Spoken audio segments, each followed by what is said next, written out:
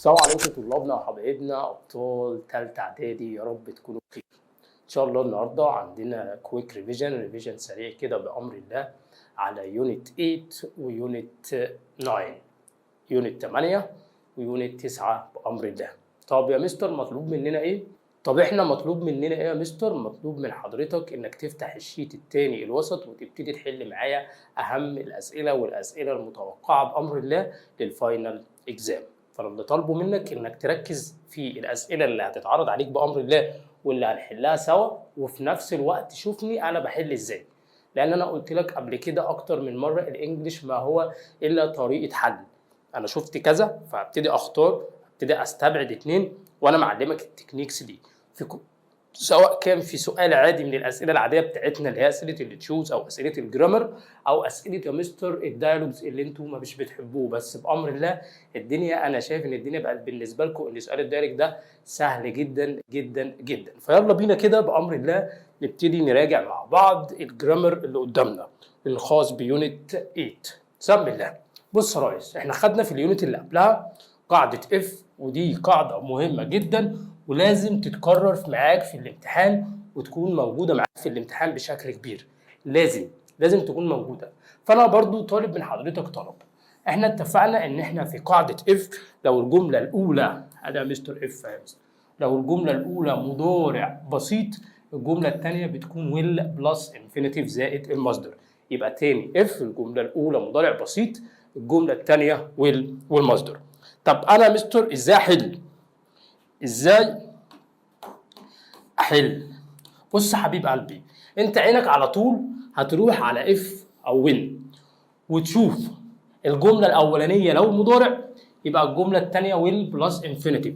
طب يا مستر لو الجمله الثانيه ويل بلس انفينيتيف يبقى الجمله الثانيه مضارع. تعال افكرك كده ببساطه، ما هو المضارع البسيط؟ احنا اتفقنا مع بعض ان المضارع البسيط هو ان انا ببص على الفاعل بتاعي. هقولها لك الاول وهقول لك اغنيتها واشوفه هل الفاعل بتاعي ده مستر مفرد ولا الفاعل بتاعي جمع. فلو الفاعل بتاعي مفرد الفعل بتاعي هحط له اس. مش فاهم؟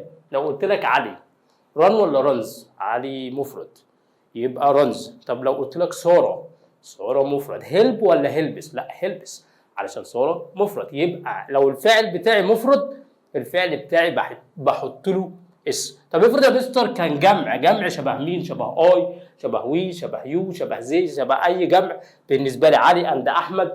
يبقى يا مستر بيكون الفعل بتاعي فين؟ في الانفينيتيف يعني في المصدر. يبقى تاني المضارع البسيط المفرد بيحب الاس، الجمع الساده من غير زياده. تاني المضارع البسيط المفرد بيحب الاس، الجمع الساده من غير زياده. طب يا مستر لو قلت لك زي هما جو ولا جوز؟ لا جو. لو قلت لك وي ران ولا رانز؟ لا ران علشان وي دي جمع. يبقى لما الفعل بتاعي بيكون جمع يبقى الفعل فين؟ في الانفينيتيف. تعالى كده نبص على المثال بتاعنا. if you study ادي يو يا مستر جمع، الفعل جه فين؟ في المصدر. وبصيت على الجمله الثانيه لقيت فيها ويل. خلصت، مش عايز اكتر من كده، وانا هعلمك دلوقتي بامر الله ازاي تحل. بعد كده الجزء الثاني في الجرامر اللي عندك هو الفيرب، يا اما اضيف له تو او اي ان جي اللي احنا كنا بنغنوه مع بعض بحاجه تكاد تكون هبله ولكن بتثبت لنا المعلومه بقاعده تو جيجي اللي احنا كنا قلناها. هي فاني، قصه فاني بتسهل لي الدنيا دي خالص وبتخلي لي ان انا اعرف احل اي سؤال. احنا نوع بقى بالطريقه التقليديه كده كده الاغنيه معاك انت ايه حافظها بتحل بيها. انت بص يا حبيبي، انا عندي الفيرب بتاعي بحط له تو والمصدر لما يكون الفيرب احد الافعال الاتيه، يا نيد يا بلان يا تشوز يا ديسايد يا وونت يا هيلب يا هوب يا ليرن يا اوفر يا بروميس. اي حاجه من دول يبقى بعدهم هيبقى الفعل تو زائد الانفينيتيف. خلاص؟ يعني مثلا لقيت كده كلمه بلاينج مثلا اهي، ادي يا مستر بلاينج محطوطه، ولقيت مثلا الفعل وونت وبيقول لي اتفضل حل، ادي يا مستر. يبقى مستر وونت ده من الافعال اللي بيجي بعد منها تو زائد المصدر، يبقى انا هنزل تو واشيل الاي ان جي هتبقى تو زائد المصدر يبقى تو بلاي. وهكذا بقيه الافعال الموجوده عندك.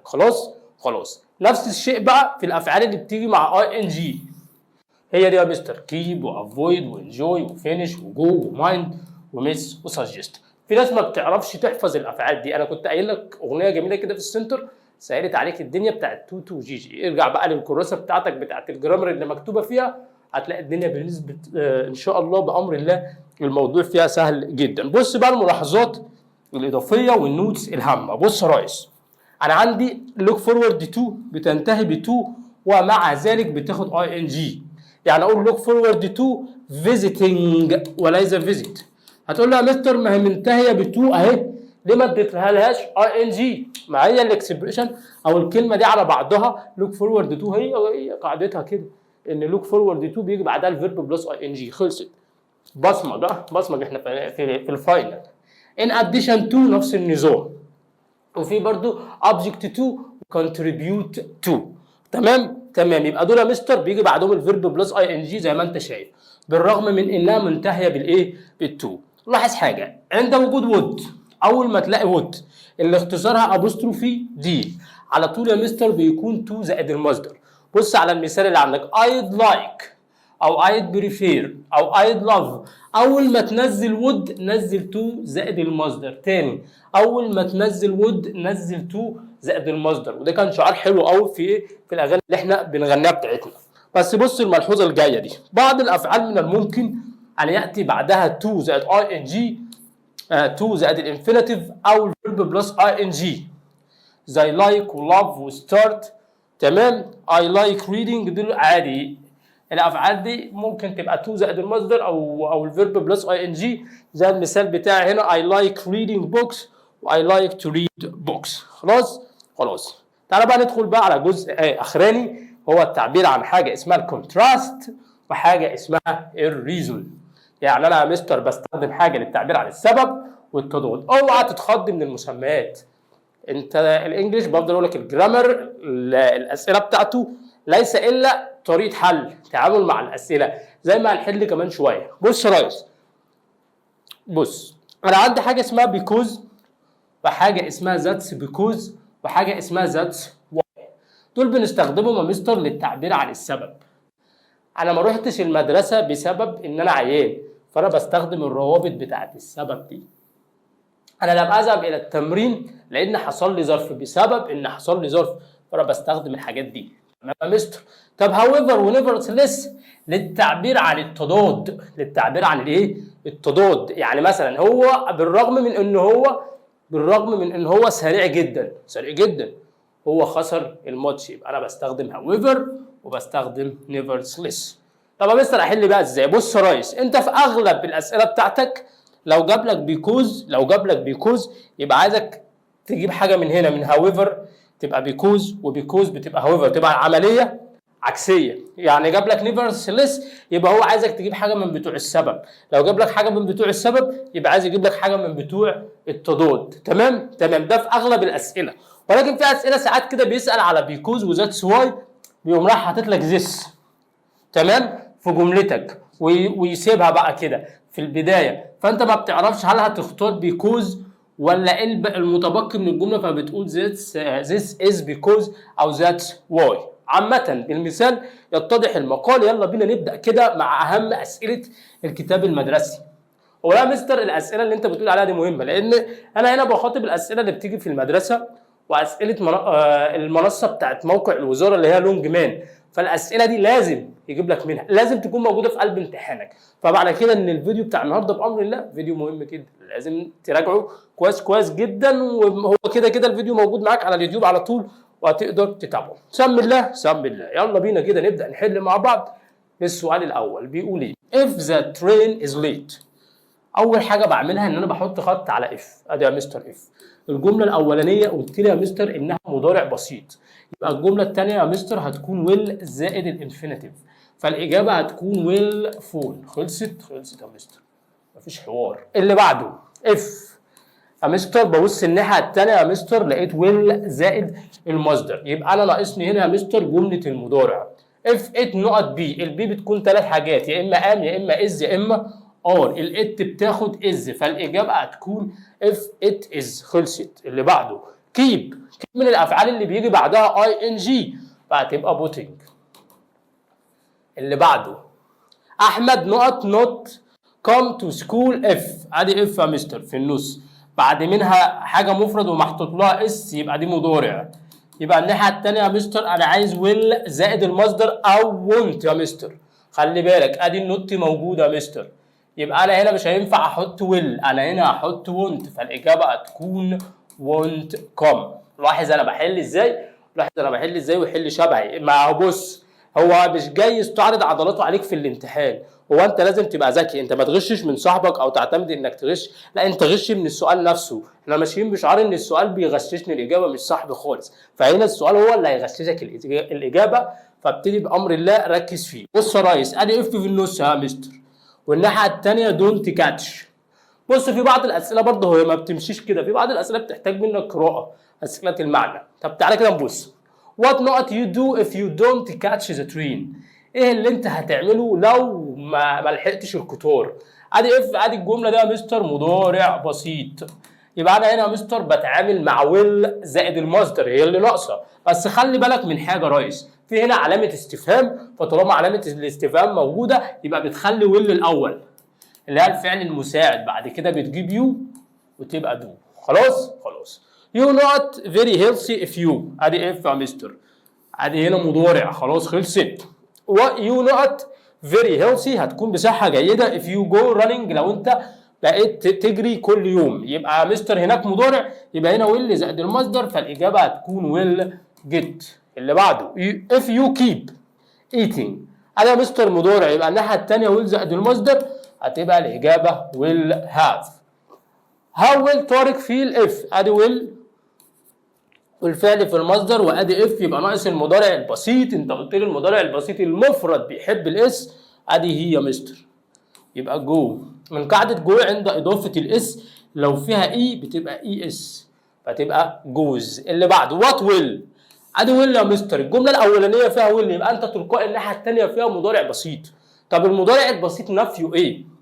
نفيه يا اما دونت يا اما مستر دازنت، اللي بيكون وراهم الفعل في الانفينيتيف في المصدر، دونت ودازنت، وساعات بنستخدم نيفر.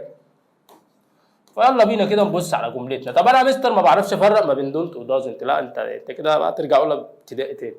ازاي يا ريس ما بتعرفش تفرق ما بين دونت ودازنت؟ انت في ثالثه اعدادي. وحد الله كده. خلاص هقول لك برضه. بص يا حبيبي، احنا اتفقنا ان المفرد بيحب الاس صح؟ يا ريس ادي اس اهي، سبحان الله، اس اهي، يبقى ده مع المفرد. سبحان الله، شغل كي جي 1. يلا اللي بعده، وحد الله. What will you do if you not؟ يبقى عايزني مضارع، ولكن المضارع اللي عايزه مضارع منفي مع الضمير يو. هختار دونت ولا دازنت؟ لا يا مستر هتختار دونت، فالاجابه هتكون دونت باس. خلصت. اللي بعده ادي اف يا مستر، وعندي هنا مضارع اف وبعد منها مضارع، يبقى عايز ويل زائد المصدر، يبقى وات will happen، ايه اللي هيحصل، اف مش عارف ايه وكمل بقيه جملتك.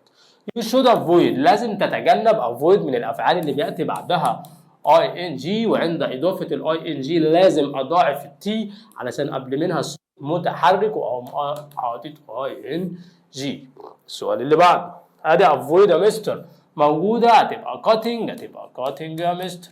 avoid من الافعال اللي بياتي بعدها اي ان جي، وكذلك keep هنحط لها هنا burning هتبقى اي ان جي. اللي بعده enjoy هتبقى برضه يا مستر enjoy موجوده من الافعال التي ياتي بعدها اي ان جي، فهتبقى listening. need خلي بالك من need من افعال to اللي احنا قلناها في الاغنيه. center هتبقى to buy. اللي بعده need برضه to use. choose to study، كل دول من الافعال بتاعت to اللي بيجي بعدها to plus infinitive. plans to plant.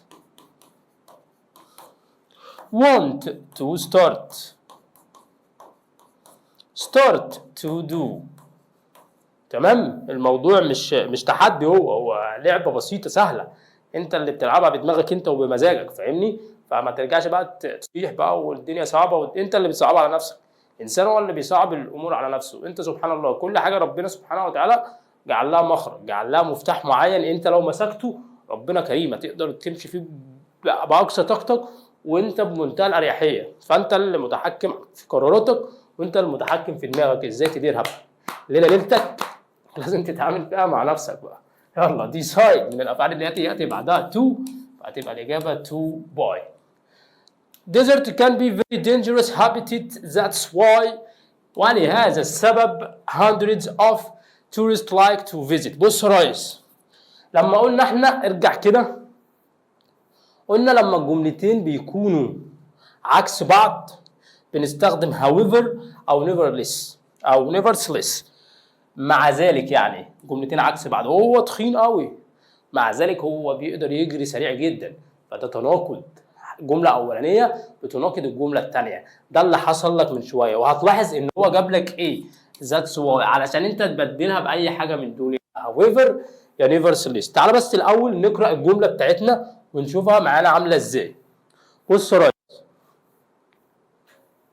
بسم الله. بص بيقول لك desert can be very dangerous. الصحاري ممكن تكون desert dangerous habitats، مساكن خطيرة جدا. شوف بقى التناقض في الجملة اللي بعدها، hundreds of tourists، الكثير من السياح like to visit them every day. بالرغم من كده ان في سياح كتير بيزوروها، فالإجابة يا مستر هتكون however. اوكي، however بالرغم من ذلك. اوكي، ولو في فاصلة هتلاقيها بالاتش الايه السايلنت. جنرال المجوهرات made from glass is very popular، بتكون مشهورة جدا. ده مين المجوهرات؟ that is. تعالى احنا اتفقنا مع بعض ان انا هنا هتسألني عن تكملة حاجة، انا مش هكمل الجملة، ولكن تعالى بص كده، مين اللي كان بيجي معاها that is because ولا that's why؟ اي that is why، فاجابتنا هتكون why. عارف بقى لو كان قال لي this is كنا هنختاره because. وصلت القصه معاك يا ايها الرجل؟ اذهب الى حيث اتيت. لا حول ولا قوه الا بالله. اهو يا عم اطلع بقى تاني، ظهر تاني، يلا يا ريس. فهنا مستر هتكون that's why، ولهذا السبب. تمام تمام. Plastic is bad for the environment، سيء جدا للبيئة.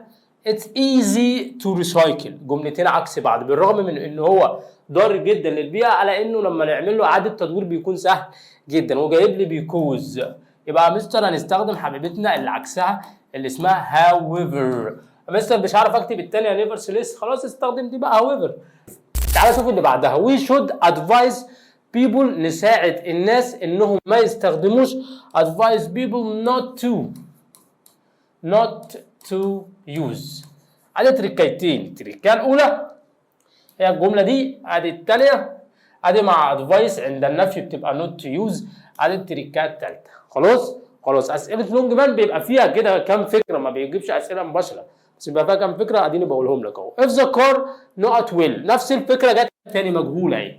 العربيه هنا بقى، العربيه يعني انا عندي هنا ويل، خلاص يبقى انا بتعامل مع جمله المضارع، ولكن مش مضارع معلوم، مش بتعامل مع علي واحمد وابراهيم، انا بتعامل مع مجهول، والمجهول كان بيكون ام او از او ار زائد البي بي. وصلت لك الفكره هنا؟ ما انت خلاص عرفت بقى ان الكار مفرد فهنديها از، بعد كده هنشيل الاس من دي فهتبقى كلمه ريبيرد. لو العربيه اتصلحت كويس وي ويل ترافل تو الكسندريا. ودي الفكره رقم 4. دونت وري، ما تقلقش، ذا كار ويل يستردي، نفس الفكره جات لي اهي تاني، ادي الكار يا مستر.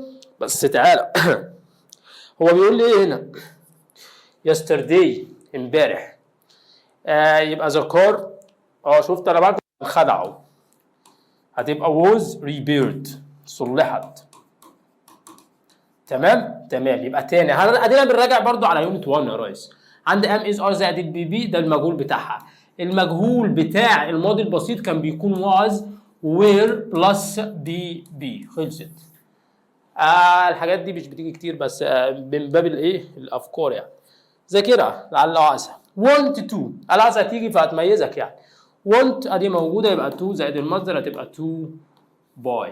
اللي بعده did you finish من الافعال التي ياتي بعدها ing فهتبقى doing.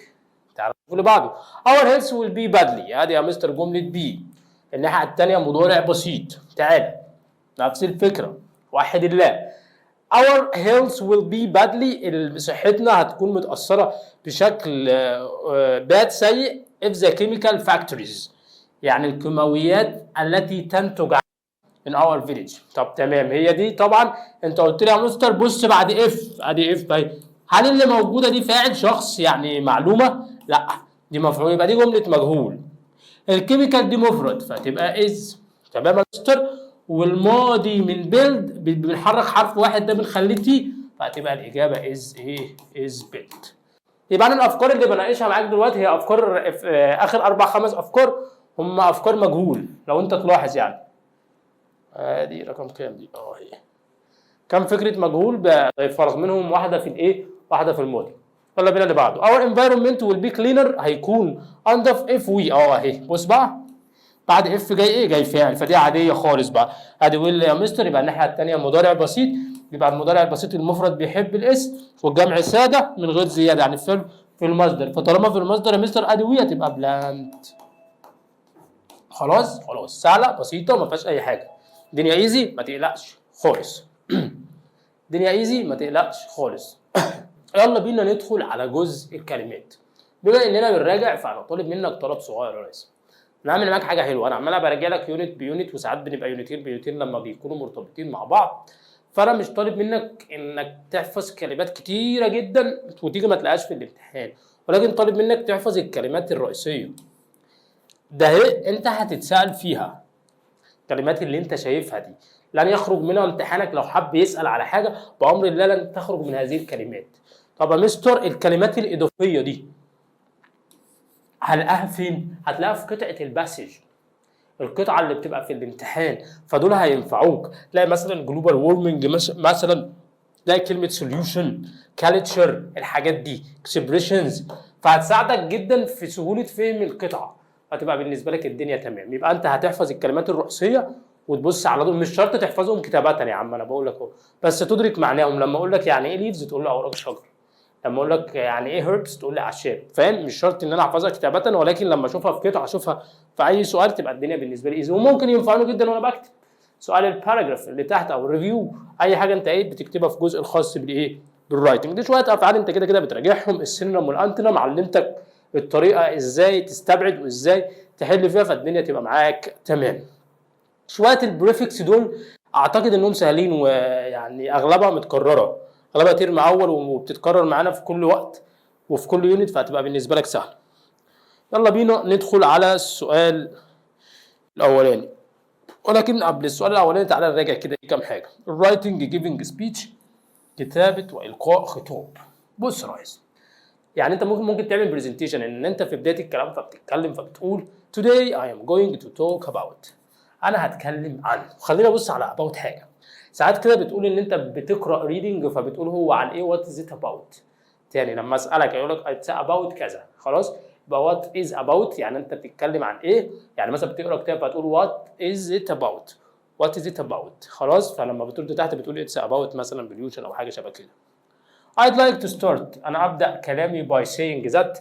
أود البداية بالقول أن. To begin with أنا ببدأ ب. In the next part of my speech في الجزء القادم من حديثي.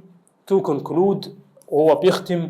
I'd like to finish وأود أن أختم. كبر دماغك. تعال ركز معايا في الأسئلة. مالكش دعوة باللي أنا قلته من شوية ده، يعني اقرأه. خلاص تعال بقى ركز بقى معايا. سؤال الديالوج وإزاي أحل سؤال الديالوج ويكون بالنسبه لي سهل. بص يا ريس، اول حاجه انت علمتها لي يا مستر، تعالى كده نغير اللون. حلو ده، يلا بينا. احمد ستوكن تو سمير. اول حاجه قلتها لك يا حبيب قلبي ان انا لازم يا مستر اقرا الجزء ده. ليه؟ ساعات بيكون في اجابه فانت لازم تركز فيها. احمد ستوكينج تو سمير بيتكلم مع سمير هو از بلانتنج ا تري، اللي بيزرع شجره. حلو قوي.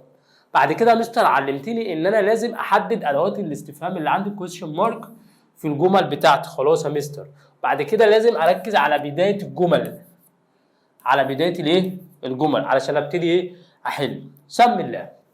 احمد بيكلم سمير بيقول له هلو سمير، قام راح ساله سؤال كانت اجابته I am planting a tree، انا بزرع شجره. يبقى يقول له انت بتعمل ايه؟ طب يا مستر مين اللي كانت بتسال عن الشيء الغير عاقل؟ كان في اغنيه بتاعت ادوات الاستفهام كلكم حافظينها، سهله بقى راجعوها عشان تحل ده. لازم تكون حافظها. انا مقتنع جدا بمبدا الاغنيه او ان اي حاجه انا عايز احفظها او اذاكرها يبقى لها ريزم، يبقى لها ايقاع. تمام؟ لما انت بتعمل اي حاجه انت بتذاكرها ايقاع فبيبقى سهله جدا في مخك. لذلك تلاقي اغلب الناس بتحفظ الاغاني بسرعه، رغم ان الاغاني حرام اصلا، بس ماشي ربنا يهدينا، يعني الموسيقى اللي حرام، الاغاني ما علينا ما علينا. فلازم يبقى لها ريزم، لازم يبقى لها ايقاع معين. فانا عشان كده عملت لك ادوات الاستفهام في شكل اغنيه بسيطه، فالدنيا بتبقى بالنسبه لك سهله. بص يا ريس، انا اول ما بلاقي علامه استفهام شعارنا، اول ما الاقي علامه استفهام عيني تحت. I am planting a tree، انا بزرع شجره. هو بيقول له فوق ماذا انت تفعل او انت بتعمل ايه، فهيقول له كده what are you doing، يعني ماذا تفعل. كان الرد انا بزرع شجره. شوف يا مستر، انت علمتني ان لما الاقي الفعل المساعد عامل كده صح، دو او ديد او داز كده صح، هو عامل ازاي؟ بص اهو كبير اهو، عامل كده. فطالما موجود وعامل كده يبقى اجابته يس او نو. تاني يس او نو او شور او اوف كورس. تعالى بيقول له دو يو نو هاو تو بلانت تري، هل انت بتعرف ازاي تزرع شجره؟ قلت لك ما تتسرعش وتجاوب يس ونو غير لما تقرا تحت. قال له مش عارف ايه، قال له ماي انكل توت مي، عمي او خالي علمني. يبقى الراجل ده بيعرف يزرع، يبقى الاجابه يس. حول اليو لاي فهتبقى يس اي دو، انا بعرف اعمل. في علامه استفهام عيني تحت. My uncle taught me this. He is an old farmer. هو مزارع. يبقى مين علمك؟ مين بتاعت الشخص؟ يبقى انا عايز اداه الاستفهام اللي بتسال عن الاشخاص في الاغنيه برضو انت عارفها، فهي هتكون مستر هو، من. واحذف الانكل يبقى who taught you this، من علمك هذا. يا مستر هي هو هنا ما خدتش فعل مساعد. حبيبي لازم تعرف حاجه، ان هو لما تسال على فاعل عادي جدا ان انا استغني عن الفعل المساعد، بحذف الشخص ده واكمل بقيه جملتي عادي. انما لو سالت على مفعول فبحط لها فعل مساعد. هنا الانكل فاعل فانا حطيت لها ايه؟ هو عادي جدا. بص يا ريس، بص ار عامله ازاي؟ ار عامله كده صح، فالاجابه يس او نو. تعال نقرا كده.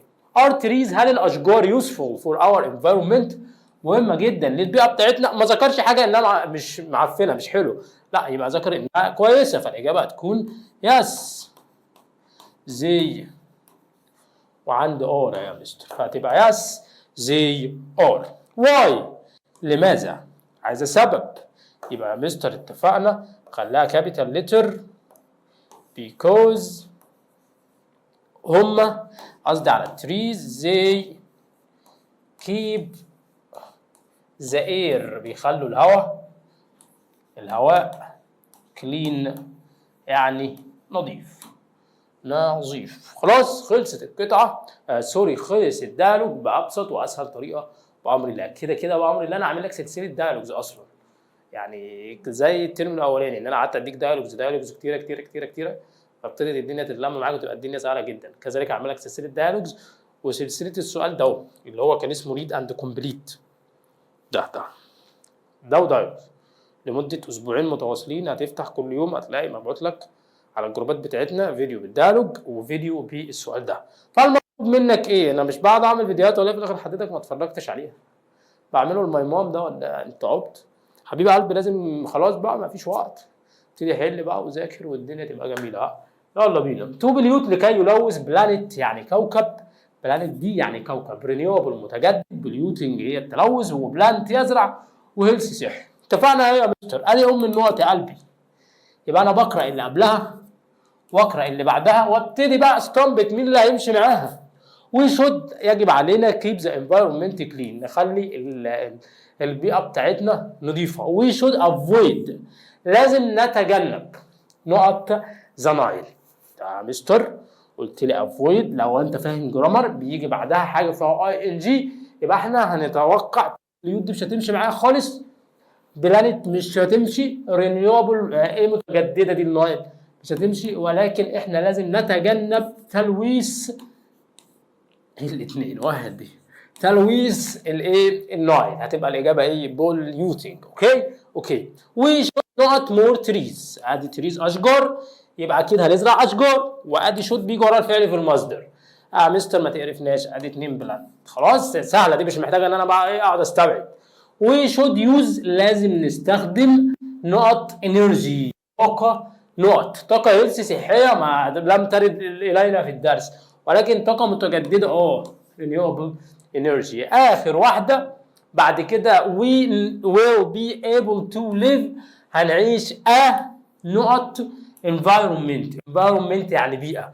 هنعيشوا في بيئة ايه؟ تعالى بقى نبص كده يا مستر.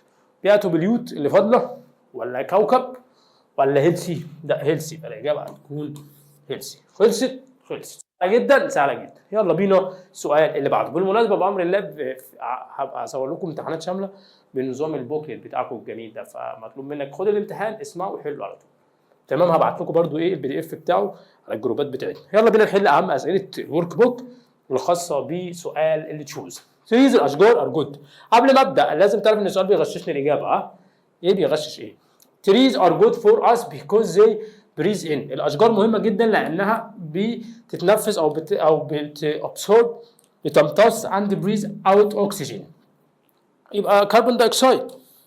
اوكي، بتمتصه بتتنفس او تاخد الكربون دايوكسيد وتدينا ايه؟ الاكسجين. اللي بعده Egypt is sunny usually sunny so a great place. مكان جميل جدا to use ان احنا نستخدم فيه. طالما sunny شمس صح، يبقى خاصه بالسولار انرجي. يلا اللي بعده wind and waves. الرياح والامواج are two fantastic form من اشكال الطاقه المتجدده، هتبقى renewable energy. اللي بعده forest fires. حرائق الغابات are increasing because our planet الكوكب بتاعنا getting بيصبح أكثر حرارة، فبتصبح إيه؟ hotter. سبب الحرائق منتشرة في غابات كتيرة دي جدا بسبب إن أركز معاه في اللي جاي. It's bad to put rubbish. من السيء جدا إنك تحط الزبالة in landfill sites في مقالب الزبالة as it makes a greenhouse gas cold. بص يا صاحبي، هي هنا لما بتتجمع في اللاند بص لما بتتجمع في اللاند فيل سايتس، اقول لك التجربه العلميه بتكون عامله ازاي. ان هي بتتحط في مكان مكتوم فما بيبقاش فيه اكسجين، فيبتدي يتفاعل مع نفسه فيخرج لنا غاز الميثان. احلى مستر ساينس الدنيا. تمام. trees keep the air clean. الاشجار بتخلي الهواء نظيف by نقط كربون دايوكسيد from the air. طالما هي اشجار، فالاشجار يا مستر بتمتص يا مستر خلاص. solar energy and wind power are two forms. طاقة متجددة، فالطاقة المتجددة اسمها renewable energy. على العكس بقى غير متجددة اسمها non renewable energy. rubbish that isn't recycled but is put into مقلب النفايات اسمه landfill sites. يعني ايه rubbish يعني قمامة او زبالة. grows in the sea في البحر along the coast على الساحل. فوسيل ولا deforestation ولا الروك ولا سي جراس؟ لا سي جراس، اعشاب الايه؟ البحر. طب عرفتها منين؟ ما هو قال لي في السي. اللي بعده the word weak is antonym. يعني ايه antonym؟ عكس. يعني ايه weak؟ ضعيف. weak يعني ضعيف، عكس واحد ضعيف بيكون قوي اللي هو strong. اللي بعده which of the following words are antonyms of the word begin. خلي بالك antonym يعني عكس واحد begin بيبدأ، يبقى هنا مستر عايز العكس start وفينش. مستر ستارت يبدأ وفينش ينهي، هو هنا عايز العكس. فينش وريموت ما لهمش علاقة ببعض. end وفينش، end يعني ينهي وفينش يعني ينهي. ممكن عندي بوز A و B ايه ستارت لا مش هتنفع، يبقى الإجابة end وفينش. الاثنين دول عكس يبدأ. اوكي، end ينتهي وفينش ينتهي، يبقى عكس ايه؟ begin. على فكرة السينونيم ليه begin سينونيم يعني نفس المعنى او المرادف هو start. اوكي تمام. يلا بينا اللي بعدها. the word sick عيان مريض gives the same meaning في نفس معنى will ولا ill؟ لا ill عيان. اللي بعده the word attractive can be replaced. attractive يعني حاجة جذابة ممكن أبدلها بحاجة تانية، يعني نفس معناها lovely محببة، beautiful جميلة، ugly قبيحة. هي ugly مش تنفع، ولكن تنفع lovely وتنفع beautiful، يبقى تنفع A و B، فالإجابة هتكون A و B. اللي بعده what's the synonym of the word colorful؟ colorful يعني مستر colorful يعني لامع أو ملون. مستر عايز السينونيم بتاعها في نفس معناها. بلين يعني سادة، unusual غير معتاد. برايت يعني لامع، يبقى الإجابة برايت.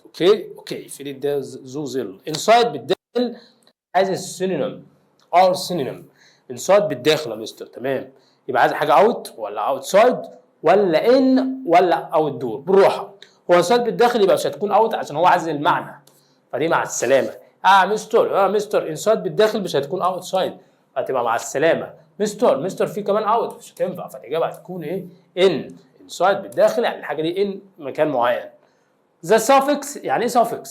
يعني ايه بريفكس؟ suffix ده المقطع اللي بيكون نهايه الكلمه اسمه ايه؟ suffix. انما البريفكس بيكون في بدايتها، واتفقنا مع بعض بريفكس بالبي بي وبي، فالدنيا بتمشي بتبقى باينه. تمام. the suffix turns the word connect to adjectives، بيحولها لادجكتيف صفه. connect حول لصفه مستر بتبقى connected. اوكي. the verb love يحب can be adjective by adding، ممكن نخليه صفة بإضافة إيه؟ هل lovable ولا lovely؟ تبقى الإجابة lovely. اللي بعده to gives the noun of the verb weave، ينسج عايز منها النون الاسم، نحط له ing هتبقى weaving. رتم في المراجعة سريع عشان الأسئلة دي إحنا عملناها مع بعض وإحنا بنشرح السنتر، بقينا نمسك الكتاب بوكلت بتاعنا وقعدنا نحل فيها، فالدنيا سهلة مش مستاهلة يعني. اللي بعده to give the negative عكس of the word appear، عكس حاجة بتظهر حاجة تختفي فتبقى disappear. is clothes or materials، قماش cloth or materials which can be used to make clothes، بتعمل الملابس. ما خلي بالك ما تنطقهاش clothes، ده نطق غلط، اسمها clothes. اوكي. اللي انا استخدمها يبقى clothes، يعني clothes مستر قماش وماتيريال which can be used to make clothes وباج يبقى فابريك. انما لو كان قال لي ماشين بتستخدم في الويفنج كنت هختار لوم اللي هو النوى. is a liquid used in a pen، سائل بنستخدمه في الاقلام اسمه الحبر، الحبر بيكون اسمه ink. is a gas which we breathe، الغاز اللي احنا بنتنفسه، طالما بنتنفسه يا مستر هيكون غاز الاكسجين. يلا اللي بعده my friend has died because مات بسبب of serious disease. the word serious خطير بتساوي dangerous، خلي بالك serious بتساوي ايه؟ dangerous. مين معناها ايه؟ انا قلت dangerous ما بصيت على الاجابات اصلا. يلا بينا اللي بعدها. weaving is a traditional craft. ركز كده. weaving يعني ايه weaving يا مستر؟ النسيج يا مستر، الخياطه يا مستر، الحاجات اللي شبه دي كده. is a traditional craft مهنه تقليديه. طالما مهنه تقليديه هو هنا عايز الانتونيم عكس حاجه تقليديه. الحاجه التقليديه دي بتكون قديمه، فبالنسبه لي ان الحاجه التقليديه عكسها انها حاجه جديده. فطالما تراديشنال ده معنى مش هينفع، وانشنت ده معناها برضو يمشي معاها، واولد فاشون دي نفس الفكره هو تراديشنال، فالاجابه هتكون مودرن معاصره او جديده او حديثه. ذا وورد كوشس حريص جدا، جيفز ذا سيم مينينج في نفس المعنى، خلي بالك كيرفول. تمام. السؤال اللي بعده 27 او ان someone who does a job for free بيعملها ببلاش، ده متطوع. طالما متطوع بروفيشنال ولا فولنتير الاجابه هتكون مستر فولنتير يعني متطوع. تعالى ندخل على 28. forest fires are increased because of حرق الغابات بينتشر جدا او بيزيد بسبب our planet is getting ايه متكرره تاني is getting hotter. greenhouse gases are gases in the earth that trap heat. الغازات دي طبعا يا اولاد بتكون في الغلاف الجوي، فالغلاف الجوي اسمه atmosphere. is a long period فتره طويله low rainfall ما فيهاش rainfall that leads to shortage of water نقص يا مستر، نقص ايه؟ نقص الميه، فدي بتكون جفاف، الجفاف اسمه drought. Earth is the fifth largest كبير جدا يا مستر كوكب الارض، والكوكب الارض اسمه planet. الكوكب يا اولاد اسمه ايه؟ كوكب اسمه planet. يلا السؤال اللي بعده. he ran fast جري بسرعه جدا however ومع ذلك he missed the train ما لحقش ايه؟ القطر، بالرغم من انه ايه؟ جري بسرعه. لسه واخدينها من شويه لما قلت لكم دي بتستخدم بالتناقض، بالرغم من ان هو بيجري ما لحقش القطر. فhowever هنا could give the meaning of ممكن تدي معنى ايه؟ هو بتدي معنى التناقض، التضاد، مش هتمشي معايا السبب because، مش هتمشي معايا so، مش هتمشي معايا but لان but اغلب الجملتين منفيين، ولكن although بالرغم من ذلك الاجابه ايه؟ الصحيحه. comes from fossil fuels من الوقود الحفري. مين اللي بتيجي من الوقود الحفري يا مستر؟ هي الايه؟ الاويل. اللي بعده be careful slow down خليك حريص خليك بطيء is an antonym. عكس ايه؟ وهنا be careful slow down. slow down يعني بطئ السرعة. معناها ايه؟ اجري بسرعة. يعني هو هنا بطئ الحاجة، يبقى سرع الحاجة، يسرع اسمها speed up. global warming الاحتباس الحراري is a serious problem مشكلة خطيرة جدا. global here means global يعني حاجة عالمية. معناها ايه هنا؟ local محلية مش هتنفع. heavy ثقيلة مش هتنفع. foreign لا مش هتنفع foreign خالص. الإجابة الصحيحة هتكون معاها مستر وورلد وايد. وورلد عالم. an is much bigger than a sea. أكبر من السي، أكبر من البحر. مين الأكبر من البحر؟ القناة مش هتنفع. ووترفول مثلا، الريفر النهر. لا في حاجة كده أكبر منهم كلها اسمها الأوشن، واللي هي المحيط. تمام يا شباب؟ تمام يا شباب. المراجعة هنا تقف، ولكن أنا لسه في حيرة ما بين حاجتين. تلاقي بأمر الله نزل بعدها على طول اليونت اللي بعده. فأنت المطلوب من حضرتك إيه يا مستر؟ مطلوب منك إنك بالراحة كده ريلاكسد خالص، تبتدي كده حدد لنفسك وقت مشروبك المفضل يا قلبي وتقعد. قدام منك يا عم، والتكنولوجيا الدنيا بقت جميله وسهله، والمستر بيعمل لك فيديوهات كتير اسمعها. لان انا مش هطلع اروح من بيتنا او تلاقيني بعد ما خلصت الشغل رايح اصور الا لما انا عارف ان الاسئله دي مهمه، والاسئله دي بتيجي في الامتحانات، يعتبر يا اخي الامتحان معاك. فانت بقى ابتدي راجع كده بقى وذاكر، والدنيا تبقى لطيفه. وصلك الفكره؟ يعني ربنا كريم ما بنتوقعه، ربنا بيكرم بأسئلة كل سنة بأمر الله الحمد لله. يعني الأسئلة اللي بديها للولاد في ليلة الامتحان والأسئلة اللي بنبقى متمرنين عليها ربنا بيكرم، مش بنتوقع واحد أو اتنين أو تلاتة، ربنا يكرم بالامتحان كله، ويبقى الدنيا جميلة جدا والطالب طالع مقفل وريلاكسد خالص، مفيش أي ضغط. لأن أنا معلمك إزاي تتعامل مع الإنجليش، صح؟ مش اللي هو بضغط عليك وبتاع، لا بالعكس. ده أنت لو ده أنت ما بتذاكرش وبتخش تقفل، إنما أنا لو ذاكرت بقى تبقى الدنيا عاملة معاك إيه؟ لا استعين بالله كده، ما تبقاش الا القليل. يعني اللي فات مش هيكون قد اللي عدى. فخلاص بقى عديت العيد وعديت رمضان وعديت الخروجات والفسح واستمتعت وانجوي، خلاص بقى يبقى انت هتركز الاسبوعين دول، ربنا كريم بامر الله هتحقق اللي انت عايزه. عشان كلها كام يوم الناس تخش تمتحن، النتيجه تطلع، كل واحد فيكم هيختلف بقى، كل واحد فيكم هيروح حته مختلفه. يعني مش عايز اقلبها مود حزن، ولكن بنرد عليكم عشان ربنا يكافئكم كده بامر الله. هتلاقي بعض اصحابك خلاص هيكونوا معاك السنه الجايه، بعض اصحابك التانيين هيفترقوا عنك، وكل واحد هيروح في حته حسب مجموعه اللي ربنا كرمه بيه بامر الله. فبكده خلصت حصتنا، وبكده بامر الله انتظر المراجعه بتاعت اليونت اللي بعده. استودعكم الله الذي لا تضيع ودائعه. السلام عليكم ورحمه الله.